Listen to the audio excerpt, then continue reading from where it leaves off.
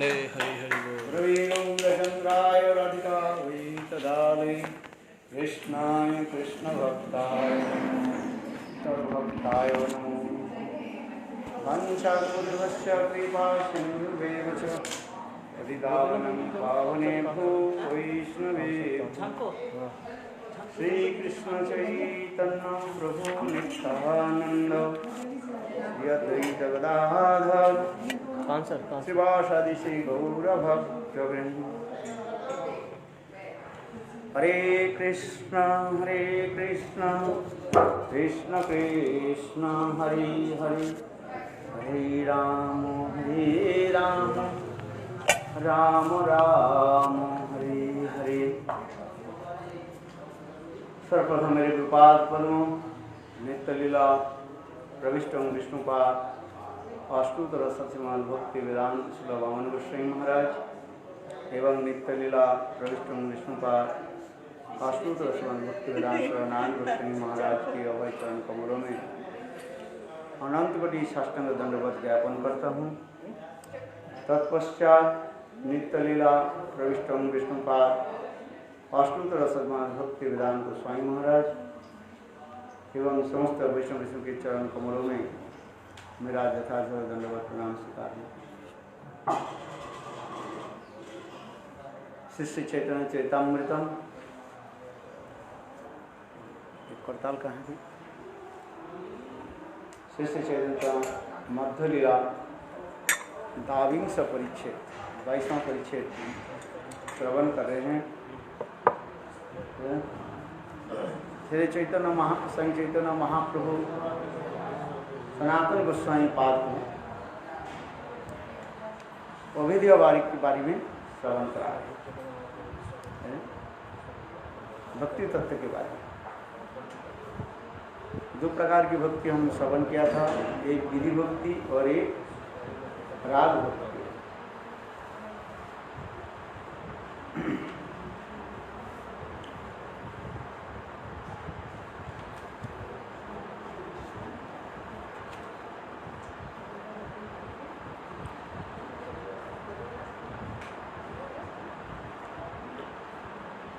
हम जो कथा श्रवण कर रहे थे, विधि धर्म छाड़ी भजे कृष्ण चरण निषिद्धाचारे तार कबू नहे मन अज्ञाने बा হয় যদি পাপ উপস্থিত কৃষ্ণ তারে শুদ্ধ করে না করায় প্রায়শ্চিত। इस कथा को हम लोग श्रवण करें। साधक भजन करते करते कभी अज्ञान में यदि पाप हो जाए तो भगवान उसके प्रायश्चित नहीं कराते। स्वयं भगवान उनको साफ सुधार करके अपने गोद में ले लेते और समस्त प्रकार से ऋण से भी मुक्त करा देते हैं भगवान।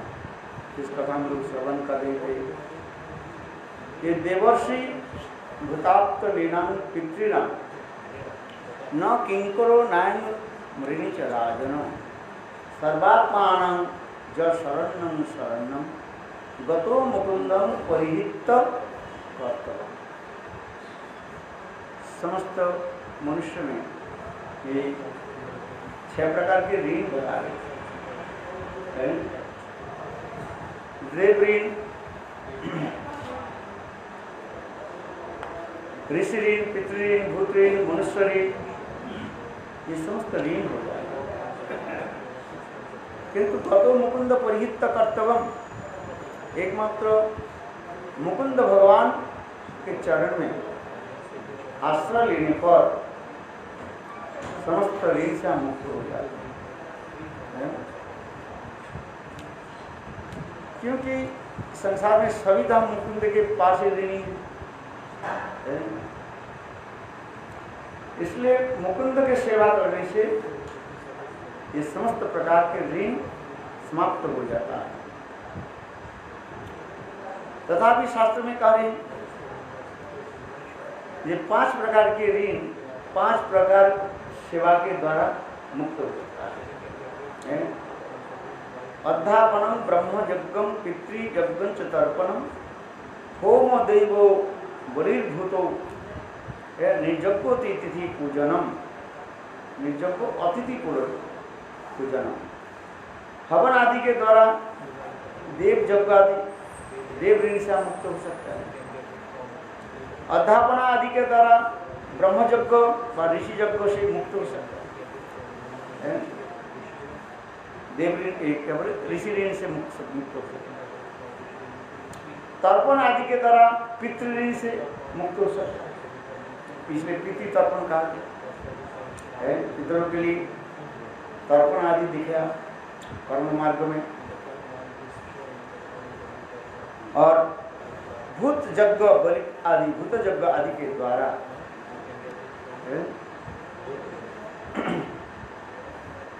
यानी बोली उपहार आदि के द्वारा प्राणियों से जो ऋण उससे हम मुक्त हो जाते हैं। और अतिथि पूजा आदि के द्वारा राज ऋण से हम मुक्त हो जाते। किंतु जो भगवत भक्त होते हैं वो समस्त ऋण से अपने आप मुक्त हो जाते हैं। उसके कोई प्रायश्चित नहीं है।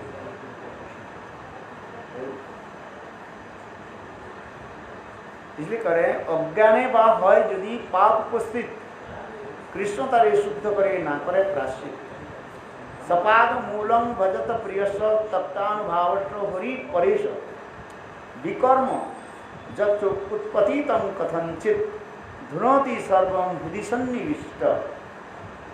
स्वयं भगवान उद्धव के कहने लगे इस संसार मार्ग में चलते चलते यदि कोई भक्त के लिए पैर फिसल जाए, माने कोई पापकर्म हो जाए अज्ञान वश, उसके लिए कोई प्रायश्चित नहीं है। स्वयं भगवान क्या करते हैं, उसके साफ सुधार कर अपने गोद में ले लेते हैं।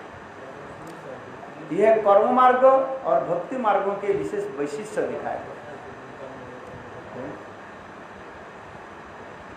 कर्म मार्ग में कर्म के फल क्या होता है, भोगना। अच्छी कर्म करे अथवा पाप कर्म करे, भोगा क्षयात भोगा शांति है। भोग के द्वारा शांति मिलता है। अच्छी कर्म करे स्वर्ग आदि सुख भोग करना पड़ता है, दोनों भी भोग है। कहीं एक दुख भोग होता है और कहीं सुख भोग होता है। पाप आदि कर्म करने से कर्म मार्ग में उसके पाप भोग करना पड़ता है। रोग शोक अनेक प्रकार के जरा व्याधि भोग करना पड़ता है। फिर नरक में भी जाना पड़ता है। इस जगत में भी भोग है और फिर दूसरे जगत में जाने नरक में जाकर भोग करना पड़ता है, कष्ट भोगना पड़ता है कि नहीं? ये जो कोई चोरी किया उसके पुलिस कारागार में डाल दिया, जेल में डाल दिया, जेल से तो छुटकारा मिला, फिर मृत्यु के पश्चात फिर उनको क्या करना पड़ेगा, नरक भोगना पड़ेगा। ये तो जेल तुम्हारे हो गया इधर का, फिर उधार का भी भोगना पड़ेगा। और पुण्य कर्म किया इस जगत में भोग और पर जगत में भोग, माने इस जगत में भी आपको अनेक प्रकार के जो है सुख सुविधा मिलेगा है। और फिर उच्च आदि लोक में, स्वर्ग आदि लोक में जाने पर आपके सुख आदि मिलेगा है। दोनों हाथ में लड्डू है। पुण्य आदि कर्म के फल स्वरूप इस जगत में भोग भी है और उस जगत में भोग है, सुख भोग है। ये नहीं है दुख दुखी है। तो इसलिए कहते हैं किंतु भक्ति मार्ग में क्या है? भक्ति मार्ग में स्वयं भगवान सब कुछ देते। अनन्य चिंतन मांग जेजना पर्युपासते तेसा नित्याभियुक्ता नाम जोगक्षेमम वहाम है। अनन्य होकर के जब कोई भगवान के भजन करते हैं, उसके फलस्वरूप स्वयं भगवान क्या करते हैं, सिर पर लेकर के उनके पास ही आते जिस कथा आप लोग श्रवण किया, कौन सा की कथा? अर्जुन मिश्र की कथा आप लोग ने श्रवण किया। जो भगवान भक्त के कैसे पालन पोषण करते हैं, यही दिखा देते हैं। एक कथा इसी पर चैतन्य चरितामृत में आ रही है। एक कुष्ठ विप्र थे, ब्राह्मण, उनके सारे शरीर में कोढ़ हो गए, कुष्ठ हो गए, और उनके सती साध्वी पत्नी के कहने लगे, देखो नदी के उस पार एक वेश्या रहती है, मैं वेश्या के साथ मिलना चाहता हूँ, मुझे लेकर के चलो। वो सती साध्वी नारी रात में जो है अपने काम में जो है वेश्या को लेके अपने पतिदेव को लेकर चलने लगे। और देखो उसी रात में है अंधकार में एक रास्ते में जो एक संत महात्मा सूली के ऊपर बैठे हुए थे, मांडव ऋषि बैठे है, और वो सती साध्वी नारी ब्राह्मणी अपने पतिदेव के लेकर जब चलने लगे, और अनजान में उनके पतिदेव के जो शरीर के जो कुष्ठ जो है, दुर्गंध आदि जो रस आदि है, और मांडव ऋषि के शरीर में लग गए।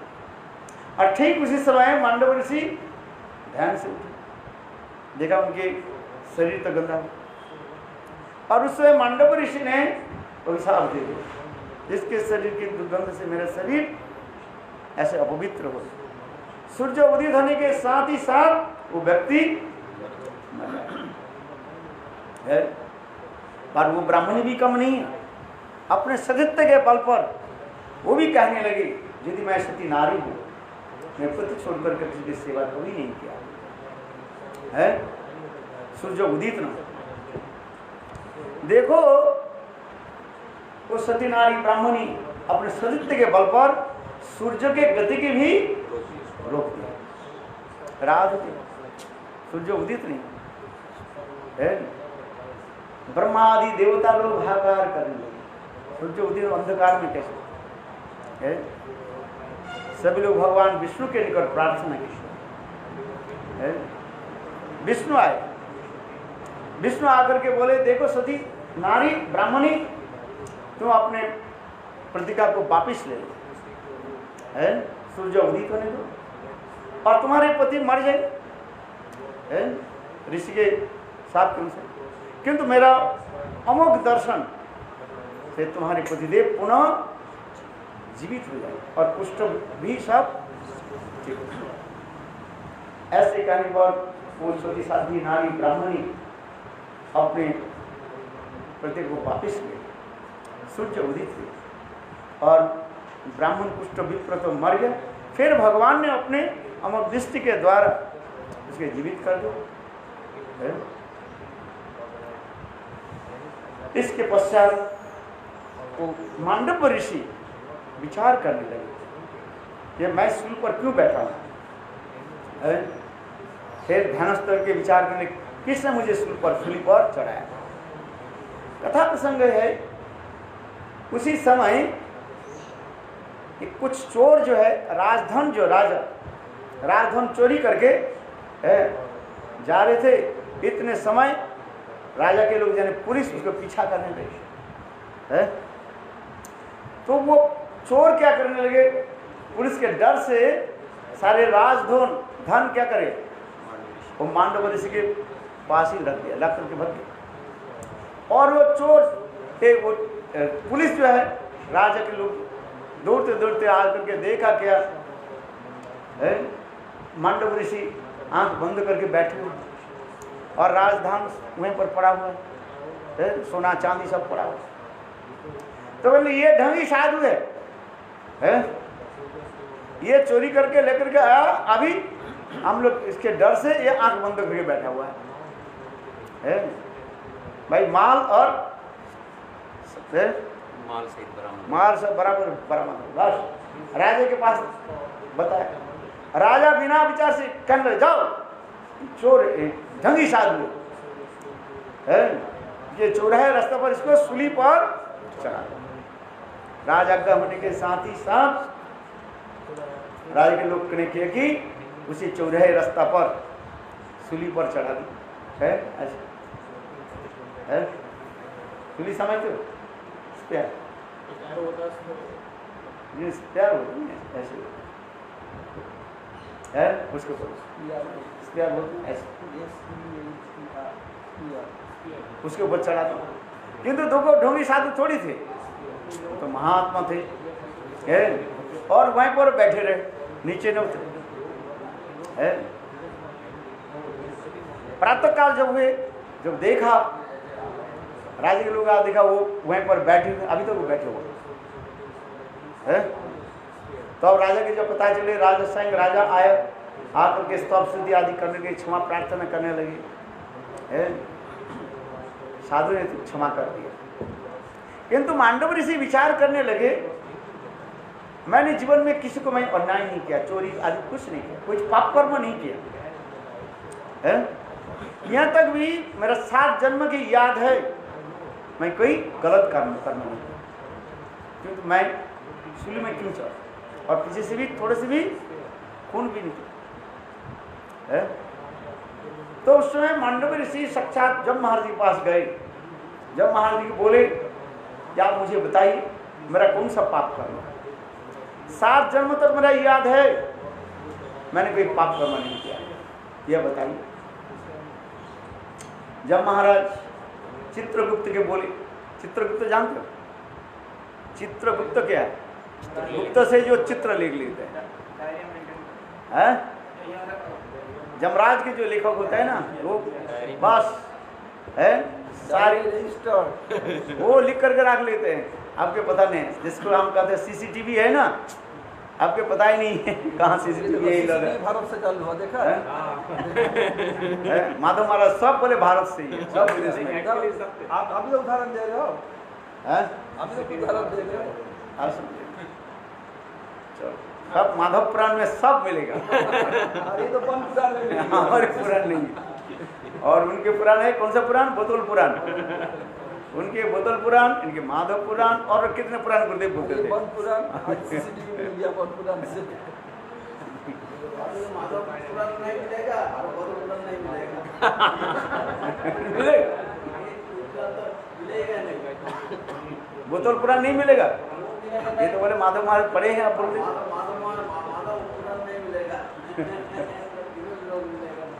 अच्छा चलो कोई बात।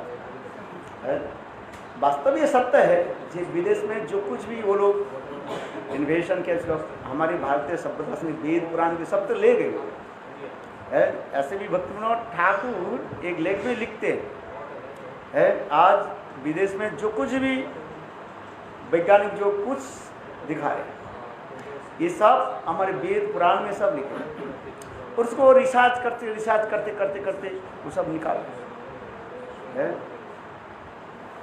चलो उसकी तरफ हम नहीं जा रहे। तब तो उन्होंने चित्रगुप्त के बोले, जब महाराज चित्रगुप्त बोले देखो, चित्रगुप्त भी सारे उनके इतिहास देखा, पन्ना को उल्टा एक एक करके, 7 जन्म तक उनकी कोई पाप करना, बोले ऐसे हाँ। तो उसके 7 जन्म के आगे एक जो है जन्म में जो है जब ये छोटा थे, कोई 4-5 साल के थे, कौन? ये मानव, छोटे छोटे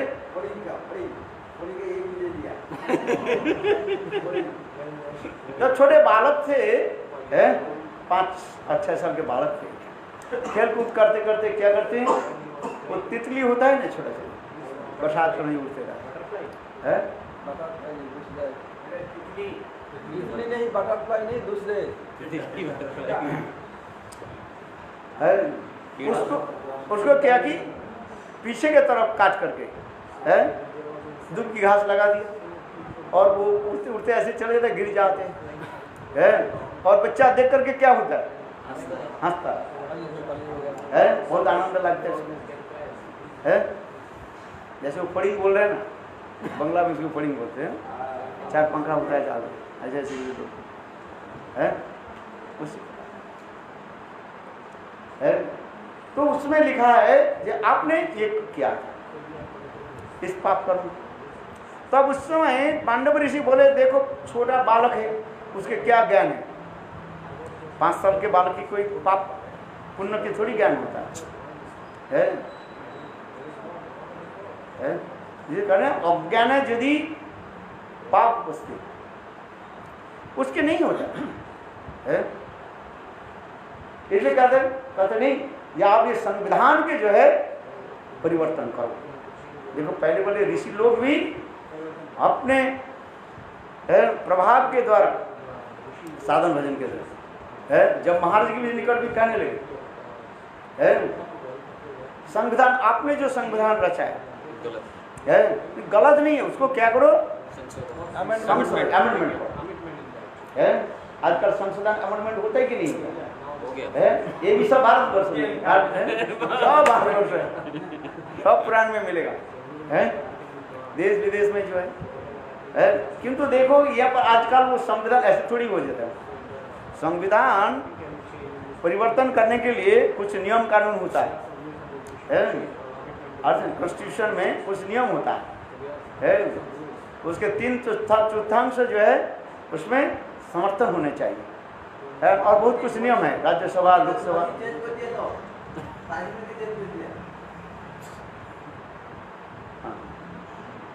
तो ये समस्त नियम है। किंतु देखो महाराज ने वो क्या बोले, मांडव ऋषि ने बोले ये 5 साल नहीं, ये चेंज करो। बालक के क्या ज्ञान और कैसे 8 साल से 8 साल में बुद्धि पढ़ा से 8 साल से लेकर के तब कोई ये पाप करे तो उसके लगता है। इसलिए 5 साल बालक, इसलिए एकादशी कहते ना 5 साल के बालक उसके लगता नहीं, तो पाप करे बदल कुछ भी करे, किसी अज्ञानी है, अज्ञानी को क्या पाप है? अभी भारत के नियम क्या होता है, 18 साल के ऊपर नीचे होने से उसके क्या माना जाता है, नाबालिग अज्ञानी माना जाता है। थोड़ा बहुत उसके सुधार केंद्र में क्या लगते हैं, भेज देते हैं 2-4 साल के लिए, फिर छोड़ देते हैं। जैसे अभी वो केस हुआ था ना, 6 को तो पकड़ा था, एक तो अपने फांसी लगा करके मर गया, और एक जो था उसमें वो 16 साल के था, वो भी दुष्ट था, पापी था, दुराचार, किंतु उसको जज ने उसको सुधार साल क्या बोलते हैं वो सुधार लाभ उसको देकर भेज दिया और फिर 2 साल के बाद उसको छुट्टी मिल गई और बाकी चारों के क्या की हो गया, समाप्त कर दिया। तो ये हमारे भारतीय रूल भी ऐसी है माना जाता है। तो ये रूल कानून यहीं पर भी दिखा रहे। ये देखो मांडव ऋषि है, ये सब संविधान को जो है कैसे सुधार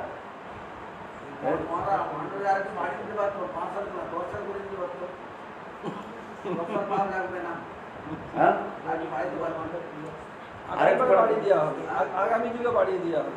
আবার 5 সাল করেছে না, আমি কি বলতে যে না 10 সাল संविधान के पास नहीं लगेगा, हाँ करा হবে कि अरे अमेंडमेंट केवल संशोधन धीरे धीरे হবে না, বাড়বে যা হয়ে গেছে ওইটাই থাকবে না, না থাকবে না। আবার যখন যে যমরাজ হবে তখন তার কাছে আসতে হবে, আরে হবে। এসব ভাগবতে লেখা আছে না, কখন কোন যুগে কোন মন্বন্তরে किस मन्वंतर में कौन इंद्र होगा, कोई जमराज होगा, सब लिखा है। वहीं कोई वोट के द्वारा निर्धारित नहीं होगा, वो पहले से ही सब कुछ डिसाइड हो गया है। इसलिए अल्प अपराध भगवान कैसे थे, किसी को पाप हो जाता है अल्प अपराध नहीं लेते। जो भगवत भक्त होते हैं उनके भगवान तो अपराध नहीं लेते। इसलिए कह रहे हैं अज्ञाने बा भय यदि पाप उपस्थित कृष्ण तारे शुद्ध करे ना करे प्रायश्चित। उसके प्रायश्चित विशेष करके कलियुग में नाम के द्वारा ही सब कुछ हो जाता है। ये भी वर्णन है सुबुद्धि राय की कथा आप लोग श्रवण किया है। सुबुद्धि राय बंगला के राजा थे और उनके जो है सेवक थे हुसैन साहब है। सुबुद्धि राय हुसैन साहब के अपने पुत्र वत्स स्नेह आदि करते थे, सेवा ऐसी सेवा करते थे है। इसे हुसैन साहब के अपने पुत्र वत्स मानो मानते थे, किंतु कभी ऐसे कोई गलत काम किया कौन हुसैन साहब है तो उसके लिए मृत्यु दंड होना चाहिए। समस्त मंत्री लोग बोले महाराज इसके मृत्यु दंड दिया जाए है, किंतु सुबुद्धि राय बोले नहीं है मृत्यु दंड नहीं। उनके क्या कि 3 चाबुक मारा पीठ देकर छोड़ दिया है, मृत्यु दंड नहीं देकर के क्या कि 3 इसमें पीठ पर निशाना है। काल क्रम ही होता रहता है, कोई राजा बनते हैं, कोई कभी नकर बन जाते हैं। उसी प्रकार काल क्रम से हुसैन साहब राजा बन गया और सुबुद्धि राय नकर बन गया। देखो यही तो विचित्र है। जब हुसैन साहब जब राजा बने, उनके पत्नी बेगम एक दिन हुसैन साहब के पीठ पर जो है तेल लगा रहे थे और तेल लगाते देखा क्या उनकी हुसैन साहब के पीठ पर 3 निशाना है और बेगम कहने लगी कि आप बताओ 3 निशाना किसने तुमको मारा। हुसैन साहब बोलना नहीं चाहते और बार बार लोग जब कहने लगे अरे देखो इतिहास बताया जो मैं हुसैन साहब क्या बोले सुबुद्धि की जब मैं नौकर था, मैंने ऐसे की गलत काम की, मुझे मृत्यु दंड होना चाहिए था, किंतु राजा ने मृत्यु दंड नहीं दे करके 3 चाबुक मार करके मुझे छोड़ दिया। देखो इस कथा उनके बेगम हुसैन साहब के पत्नी बोले तुझे प्रतिशोध लेना चाहिए है। हुसैन साहब के क्या करो, सुबुद्धि राय के क्या करो, उसके प्रतिशोध है, उनके मृत्यु दंड है उसमें है। स्त्री हट बन गई है, नहीं तो मैं प्राण छोड़ दूंगी है, स्त्री हट। राजा बोले, हुसैन साहब बोले देखो मैं कैसे इसको ले सकता हूं है। तथापि ऐसे करने पर अंत में हुसैन साहब मंदिर की तरफ बोले कैसे इसको मृत्यु दंड, बोले हिंदू के जाति ले लेना ही मृत्यु दंड कहा जाता है। उस समय जातिवाद प्रथा था है, इसको जाति बोले क्या किया जाए, से हिंदू से मुसलमान बना दिया जाए। कैसे ना, मुसलमान के जो तो होता है पानी पीने के क्या बोलते हैं, लोटा जो बदना का उसके पानी पिला देते है। और इसी प्रकार हुसैन साहब के सुबुद्धि राय के क्या कि वो मुसलमान के बदने के जो पानी उसके पिला है। और उस समय समस्त हिंदू लोग सुबुद्धि राय को त्याग दिए। सुबुद्धि राय सबके पास कहने लगे इस बड़े प्रायश्चित क्या है। बड़े बड़े पंडित लोग कहने लगे, कोई कहने लगे तुम गरम है घी जो है पियो, इसका मतलब क्या है मर जाओ। कोई कहते हैं तुम खलते हुए तेल में डूब जाओ है, यही तुम्हारे प्रायश्चित है। अलग अलग लोग अलग अलग कहने, मैंने सभी लोग कहने लगे ये तुम हिंदू से मुसलमान बने है, इसे तुम जाति भ्रष्ट हो गए। उस समय जाति के ऊपर बहुत लोग मान्यता देते थे, जाति भ्रष्ट हो गया, ये तुम्हारी मृत्यु ही अच्छा है। और देखो चैतन्य महाप्रभु के निकट पधारे निमाई पंडित, महाप्रभु ने कहा से सुबुद्धि राय सुनो है, प्राण छोड़ने से भगवान नहीं मिलता, ना जाति पाति थी, शरीर का दराई है, मन की भ्रांत मात्रा है। मैं ब्राह्मण हूँ, मैं क्षत्रिय हूँ, मैं हिंदू हूँ, मुसलमान हूँ, जो कुछ भी बोलते हैं ये केवल मन की भ्रांति है। क्योंकि कृष्ण भजन करो और नाम करने से तुम्हारी ये समस्त जो है पाप से मुक्त हो जाए। महापुरुष स्वयं कहा सुबुद्धि राय एक काम करो, ये बंगाल के छोड़ करके जाओ, कहाँ मथुरा वृंदावन में जाओ है, और मथुरा वृंदावन में जाकर के विशेष करके कृष्ण के जन्म स्थान है केशव देव है विग्रह के सामने, वहीं पर जाकर तुम भजन करो, कृष्ण नाम भजन करो, क्योंकि कलियुग के नाम के द्वारा ही सब कुछ प्राप्त हो जाता है? तुम्हारे जो दोस्त जो कह रहे ये लोग सब दोस्त से मुक्त हो जाते हैं। तो शास्त्र में क्या कहा? हरे नाम ही केवलम कलु नास्ति व नास्ति गति नहीं। हरिनाम के द्वारा सब कुछ हो जाता है? दुर्जातित्व जो कुछ भी है ये सब दूर हो जाता है। इसी प्रकार चैतन्य महाप्रभु ने उनके कहा, हे सुबुद्धि राय तुम जाओ मथुरा में जाकर के आदि केशव देव है ना ब्रह्म जाते हैं जन्मस्थान के इस तरफ जो है आदि केशव देव के मंदिर है, वहीं पर आकर के सुबुद्धि राय पधारे। और महाप्रभु उनके 2 आदेश दिया था सुबुद्धि राय है। क्या आदेश दिया था? बोले देखो हमारे जितने बंगाली भक्त आएंगे धाम दर्शन करने के लिए उनके लिए तुम 2 वस्तु देना। क्या क्या? बंगाली लोग क्या लगाते हैं? सरसों का तेल लगाएंगे और दूसरी क्या है? चावल खाएंगे। बंगाली लोग चावल पसंद करते कि नहीं करते? और इधर के लोग क्या पसंद करते हैं? चपाती। रोटी कहीं खा तो कुछ खाएंगे, चावल बना दिया तो कर दे पेट भराए। और बंगाल में बंगाली यहाँ पर है कुछ भी बना दी है, चावल नहीं खा तो बोले कुछ खाया ही नहीं। चावल अलग से है।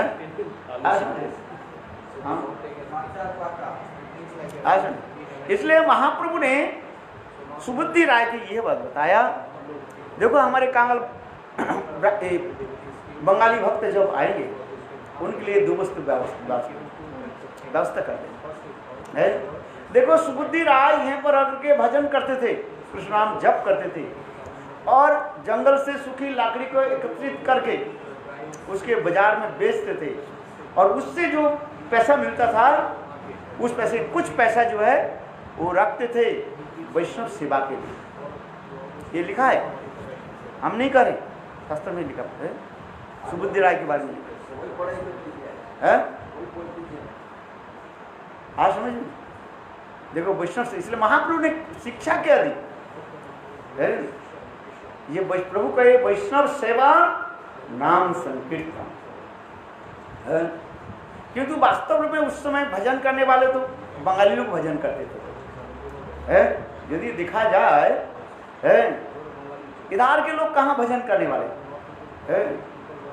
और विशेष करके कृष्ण अंतर्ध्यान होने के बाद ये सब मथुरा वृंदावन ये सब कैसे था? वो सब उजाड़ हो गया है, वन जंगल में भरा हुआ था सब है और केवल वो उपजाति के लोग रहते मात्र था है। यहाँ भी लोगों की पता भी नहीं था भजन क्या चीज है। भजन करने वाले कौन होता है? यहाँ तक भी जो कुछ लोग यहाँ पर रहते थे उनको भी पता भी नहीं है जी ब्रज की भूमि कहाँ पर कौन स्थान है। कथा प्रसंग में यहीं पर आते हैं। यहाँ तक भी महाप्रभु जब पधारे वृंदावन ब्रज में पधारे, महाप्रभु ने पूछा अच्छा ये ब्रज है, ब्रज में राधा कुंड श्याम कुंड के बारे में भागवत में लिखा है, शास्त्र में लिखा है? महाप्रभु आकर आरिट गांव में आकर के लोगों के पूछा ये यहाँ पर राधा कुंड कहाँ है? किसी को पता भी नहीं है, भजन तो बहुत दूर की बात, लोगों को पता ही नहीं है राधा कुंड श्याम कुंड कहाँ है? तो ये प्राचीन वृद्ध वहीं पर रहते थे, उन्होंने दिखा चुका हम लोग जानते नहीं है राधा कुंड श्याम कुंड। हाँ यहाँ पर 2 खेती है, एक है काली खेत और एक है गौरी खेत।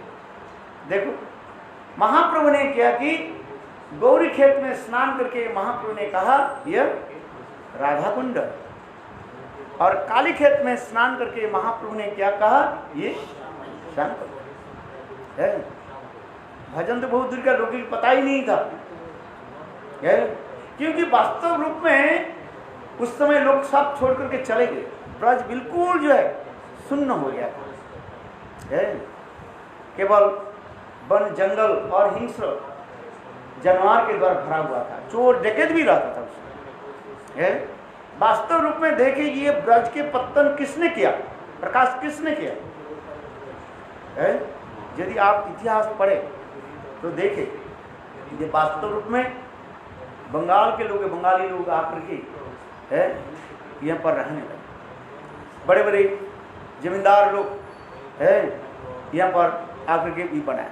अभी तक भी आज से 300-400 साल के जितने भी डीड है, दलील पत्र है, वो सब कलकत्ता के जो है सेठ के नाम पर है। और उस समय इतिहास पढ़ो, हम नहीं करें है। और वो लोग क्या कि यहाँ पर जो रहने वाले लोग थे, क्या बोले, आदिवासी जिसको कहा जाता है। आदिवासी जानते हो क्या बोलते हैं इंग्लिश में, वो एबोरिजिन जिसको कहते हैं।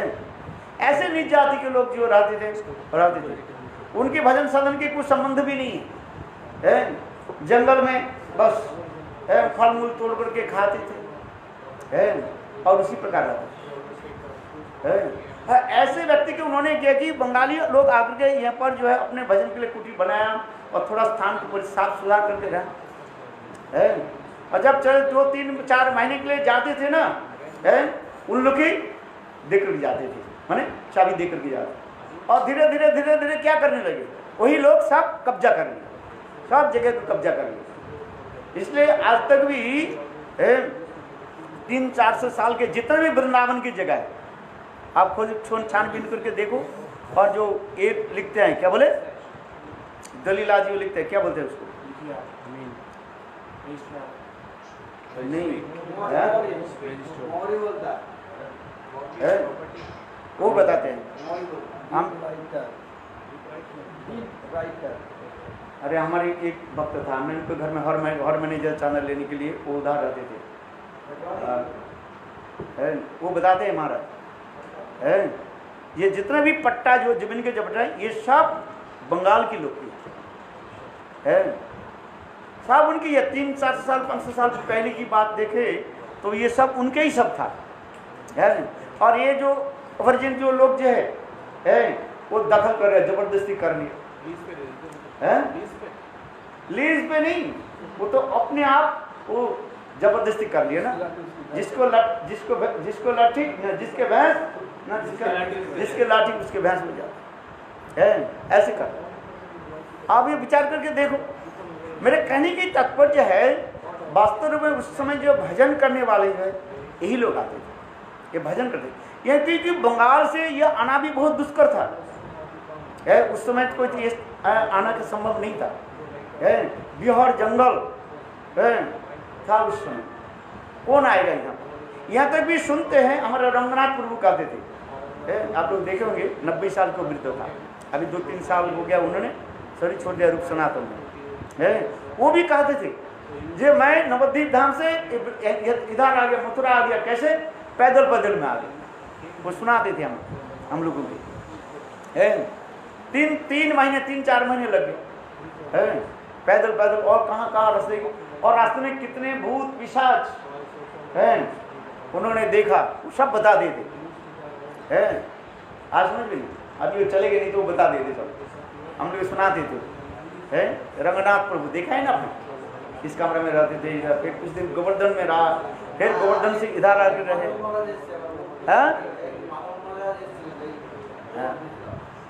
वो स्वयं कहने लगे जब मैं पैदल बंगाल से इधर है। तो उस समय आज से 300-400 साल की 500 साल पहले की बात है। उस समय लोग कैसे आते पैदल। इधर भी कहते हैं लोग बंगाल से आने के पहले अपने श्राद्ध भी करके आते थे, क्या लौट करके जाए नहीं जाए कोई पता नहीं था, क्योंकि ये वृंदावन ऐसे धाम है, उस वृंदावन धाम में आके भजन उसकी धूली करा के स्पर्श करके आते हैं। आप विश्वास करें न करें, पटवारी जिसको कहते हैं, पटवारी कहते हैं ना, जो लिखा पढ़ा के काम करते हैं। मेरा याद है हम उसके घर में जाते थे, वो वृद्ध था, महीने में 2 रुपया देता था, उधार में रहा। वो कहने महाराज कि आप देखो इसको, हमारे पास जितने भी अब कागज पत्र है, वृंदावन की कागज पत्र है? मैं ये ढूंढ कर, सब बंगाली के नाम है, चट्टोपाध्याय, बंदोपाध्याय और चक्रवर्ती, बनर्जी, मुखर्जी, ये सब नाम लिखा है, सब कलकत्ता और बंगाल के लोगों के नाम, बंगला में सब उनके सब दी। और ये लोग ने क्या कि वो जबरदस्ती करके, फिर जब ये आता है ना बीच में क्या बोलते हैं, चकबंदी आता है ना, वो अपने नाम पर रख। अब ये देखो पुराण में जितने भी है सब, क्योंकि उस समय वास्तव रूप में जो है भजन करने वाले के बंगाल के लोग भजन करते थे, आते थे, भजन भी करते थे। हाँ सुन, फिर धीरे धीरे इधर भी एक ब्रजवासी आपको नहीं मिलेगा, यदि सच हम कहें, सब कहते हैं ब्रजवासी कहाँ से आए, सब कहाँ से आए हैं, उनके जो आप देखो दलील खता करके देखो, कहाँ से, कोई बरेली से आया, ब्रज के बिल्कुल बाहर सब आए और अपने के आकर के क्या रहने लगे, आकर के अपने को ब्रज में रहते, इसलिए ब्रजवासी कहते हैं। इतिहास को जब आप देखोगे तो आपके पता चलेगा, बस ये सत्य है, छन बीन करके देखो, धीरे धीरे आपके पता चलेगा। एक भी नहीं, सब क्या सब ब्रज के बाहर से आकर के ये मथुरा वृंदावन में धीरे धीरे रहने लगे। किंतु वास्तव रूप में ये ब्रज के पत्तन कराने वाले कौन है, प्रकाश करने कौन है, चैतन्य महाप्रभु और उनके परिकर है। इसलिए चैतन्य महाप्रभु पहले किसको भेजा था, इतिहास में बता रहा हूं। महाप्रभु आने के पहले भूगर्भ गोस्वामी और लोकनाथ गोस्वामी के उस समय महाप्रभु नवद्वीप में विराजमान थे, उस समय महाप्रभु सन्यासी थे। महाप्रभु उस समय कहने लगे, आप वृंदावन जा रहे हैं और आप मेरे लिए भी एक स्थान रखना, महाप्रभु संग। और महाप्रभु कहने लगे वृंदावन के स्थान को आपने देखना, कौन स्थान कहाँ पर है, क्योंकि कृष्ण के प्रपुत्र वज्रनाभ ने तो करके चल गए, कितने हजार साल हो गए। एक तो कृष्ण अंतर्ध्यान हो गए कितने, आज से मानो 5000 साल पहले की मान लिया जाए, और इसके पश्चात जो है वो आए हैं, वज्रनाभ आए हैं। वज्रनाभ आकर के ब्रजभूमि के तो पतन किया था, किंतु इसके बाद में कितने साल चले, कितने राजाओं की होने लगे, कितने मुसलमान लोग आ गए और क्या क्या आ गया। 100-2 साल बदल जाने से सब कुछ बदल जाता है, बदल जाता है। अरे हमारे समय में देखा ऐसे 30-40 साल पहले, 30 साल की 35 साल पहले ये सब, ये विकास मार्केट आप देख रहे कितना अभी ये हो गया, जमजमाट है। हम लोग जब आए थे ऐसे देखा, ये तो बिल्कुल ऐसे खाली मैदान में छोटे छोटे बबुल के पेड़ था, और इसमें धूल उड़ता था, ये सारे धूल आकर के यहाँ पर भर जाता था। हम देखा, वो तो दूसरी साल है, आज से 30-35 साल 40 साल की बात बता रहा हूँ। और 100 साल यदि अतिक्रम हो जाए, 200 साल 300 साल हो जाए तो कहाँ रहे। अभी ये मंदिर देख रहे हैं, यदि इसको यदि ठीक से बनाया जाए तो आपको स्मृति रहेगा, कहाँ अच्छा हो जाए, आप बताओ। तो महाप्रभु से मेरे कहने की तात्पर्य है समय समय के अनुसार सब कुछ इतिहास बदल जाता है, और विशेष करके भजन करने वाली वास्तव रूप में बंगाली लोग आगे ही शुद्ध भजन की जो है मार्ग रास्ता को दिखाया। इसलिए तो चैतन्य महाप्रभु यदि नहीं आते वृंदावन में, इस वृंदावन की महिमा कौन जानते, कोई। महाप्रभु ही जब आए 500 साल पहले, महाप्रभु ही संग आए, तो महाप्रभु कहाँ रहते थे, कहाँ आप बताओ। अक्रूर घाट पर रहते थे, और दिवाभाग में महाप्रभु जाते थे वृंदावन दर्शन करने के लिए। वो भी महाप्रभु जाकर के वहाँ पर बैठते थे, इमली तालाब वहाँ पर बैठते थे और भाप में ऐसे विभोर हो जाते थे। महाप्रभु ज़्यादा दिन नहीं रहे, पहले 1.5-2 महीने तक रहे महाप्रभु है। आज तो ये इतिहास भी बताते हैं है। लोग कहते हैं ये बंगाली बाबा करके निंदा करते हैं, मच्छी खाने वाले, चावल खाने वाले, क्या क्या बोलते हैं, किंतु वास्तव रूप में देखा है ब्रज की पतन समझते हो, ब्रज की जो प्रभाव, ब्रज की जो प्रकाश जो किया, ये वास्तव में महाप्रभु के गण आकर के ये दिखाए है। यदि चैतन्य महाप्रभु और महाप्रभु के परिकर नहीं आते, इसके बाद कुछ सालों के बाद वो हमारी जो क्या बोलते हैं, जो ब्रज की जो लिखा, उसके नाम क्या है, 300 साल पहले नारायण भट्ट आकर के उन्होंने भी दिखाया है। किंतु वास्तव मूल जो है चैतन्य महाप्रभु और चैतन्य महाप्रभु की परिकर रूप सनातन आदि ये सब आकर के ब्रज की जो है सुधार किया, ब्रज को दिखाया है। इससे सारे विश्व के लोग वास्तव रूप में ऋणी किसके पास है, चैतन्य महाप्रभु और चैतन्य महाप्रभु की परिकर के ऊपर ऋणी है। इसलिए कहते हैं यदि गौरांग नहीं तो तबे की हुई तो केमने धरी ताम दे, राधार महिमा प्रेमर से सीमा जगते जान। आज तक भी देखो बंगाली लोग कुछ संप्रदाय, हम उसकी निंदा नहीं करते, भजन करने वाले होते हैं ना, यही लोग होता है। महाप्रभु के गान जो भाव को लेकर चलते हैं, आज तक भी देखिए उस भजन राज्य में कौन उन्नत होता है, ये भाव दिखा रहे वास्तव। गोपाल मंदिर वाले जो है ना, हाँ गोपाल मंदिर जो है वो लोग बोलते हैं कि एकमात्र गौरी अवध वाले ही जो है भजन करते हैं, वो स्वीकार करते हैं करने की सीख वास्तव है। तो हमारे रूप सनातन ये बहुत ही भजन करने वाले, इसलिए प्रभुपाद ने लिखा, अनुभाष्य में लिख रहे, हम पढ़ रहे थे, बोले ब्रजवासी किसको कहते हैं, बोले रूप सनातन वास्तव ब्रजवासी है। हम नहीं करें, भक्ति सिद्धांत प्रभुपाद अनुभाष्य में लिखा ये ब्रजवासी कौन है, अपने के ब्रजवासी कर्म से थोड़ी ब्रजवासी होता है। ब्रज के जो वास करते हो ब्रजवासी साधारण विचार है, ब्रज में जो रहने वाले ब्रजवासी, किंतु ब्रज के भाव माधुर्य है, रूप सनातन के भाव माधुर्य में अनुगत्य करके भजन करते वही यथार्थ ब्रजवासी है। इसलिए गुरुदेव भी कहते थे, बोले वास्तव रूप में तुम्हें यदि ब्रज की भावना अनुभव करना है, बोले बांग्ला सीखना ही पड़ेगा।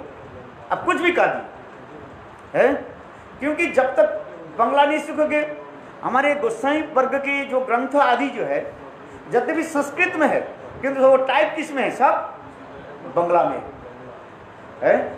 हम वो ऋषि महाराज मुझे दिखा रहे, देखो ये सारे जो है रूप गोस्वामी पद के जो जितना भी प्राचीन ग्रंथ है रूप गोस्वामी पादों ने लिखा है, ये सब किस भाषा में लिखा है, संस्कृत भाषा, किंतु टाइप क्या है, बांग्ला में। तो उसके पढ़ना, उसके भाव को कैसे जानोगे है, यदि भाषा के ज्ञान नहीं कैसे पढ़ोगे।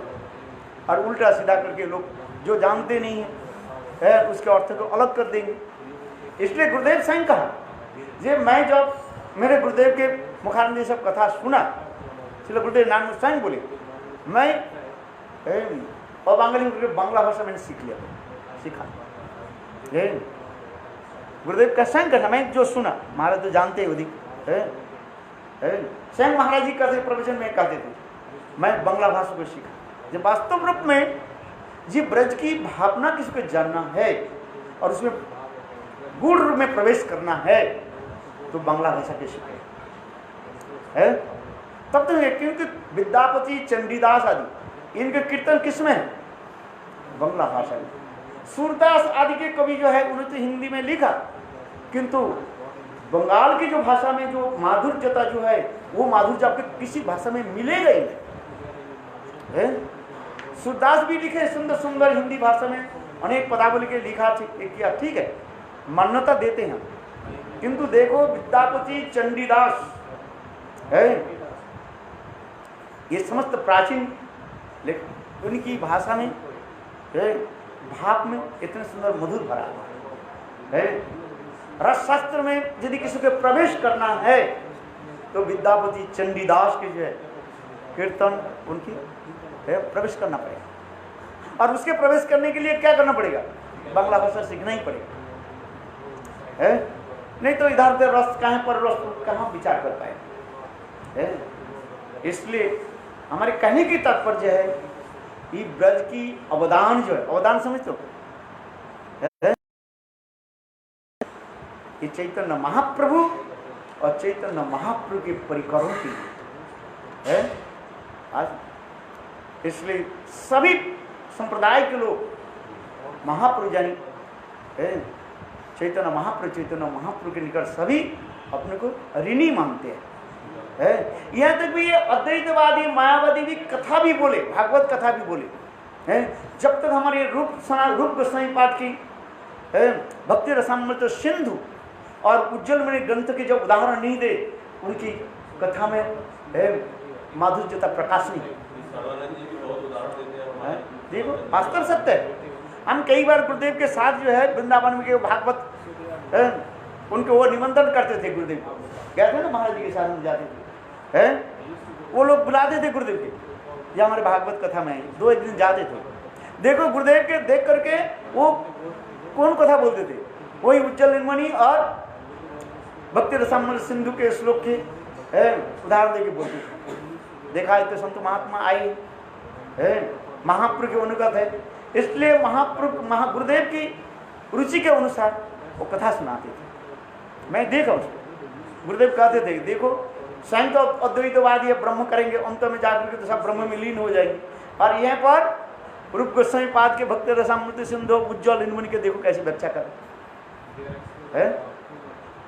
इसलिए गुरुदेव कहते थे ये कोई भी मायावादी हो, किसी संप्रदाय के लोग, यहाँ तो रामानुज संप्रदाय के हो, विष्णु स्वामी निम्बत किसी संप्रदाय के लोग है, सभी महाप्रभु की ये और रूप गोस्वामी रघुनाथ गोस्वामी इनकी साहित्य दर्शन की जब प्रकट नहीं करे वो माधुर्यता प्रकाश नहीं होगा है। इसलिए ये ब्रज की वास्तव रूप में जो है शोध है सत्य समला किसने किया? ये महाप्रभु और महाप्रभु के परिकर है।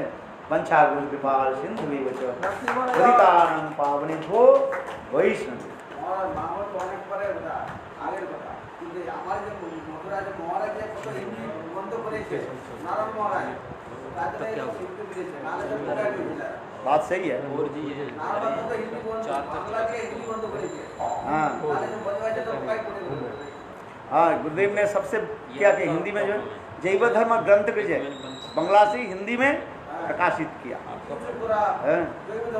हम भी जाते थे ना, बात सही बता रहे, हम जाते थे ये समझते जो है वो भिक्षा में जाते थे ना, मानी चंदा लेते थे सब, उनको मैं गुरुदेव के जब ये ग्रंथ दे देता ना जैव धर्म